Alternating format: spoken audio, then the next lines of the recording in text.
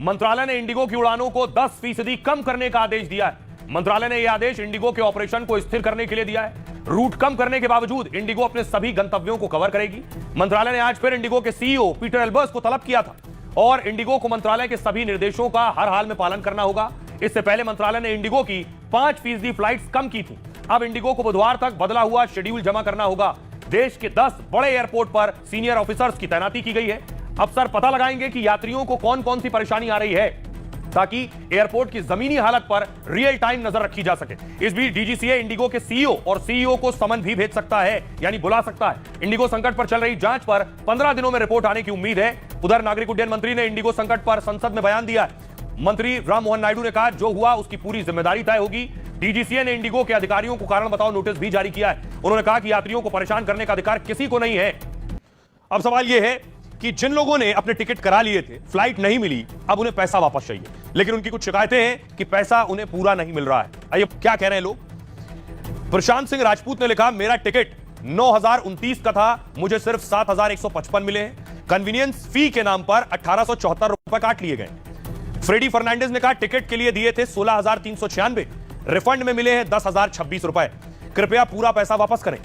अनिरुद्ध हुसैन कह रहे हैं, मुझे कहा गया था कोई पैसा नहीं कटेगा, लेकिन कैंसिलेशन चार्ज के नाम पर 7000 काटे गए। हिमांशु शर्मा कह रहे हैं, किराया दिया था 16,497 और वापस किया गया है 11,520। तो ये उन कस्टमर्स की शिकायत है जिन्होंने टिकट कराए थे, पूरा पैसा वापस नहीं मिला। सीईओ ने बयान जारी किया कि हालात सामान्य होने के दावे हैं। इंडिगो ने कहा, हर रोज 2 लाख ग्राहकों की मदद की जा रही है। कंपनी ने कहा, 827 करोड़ रुपए का रिफंड प्रोसेस किया जा चुका है।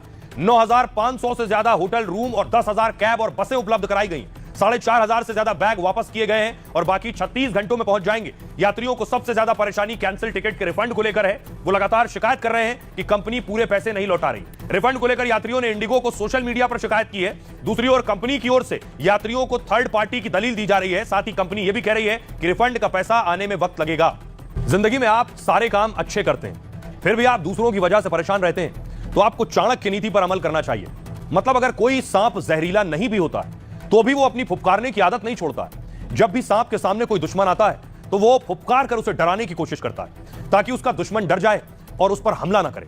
सांप के ऐसा करने से कोई अंदाजा नहीं लगा सकता कि वो जहरीला है या नहीं, क्योंकि वो फुफकार रहा है।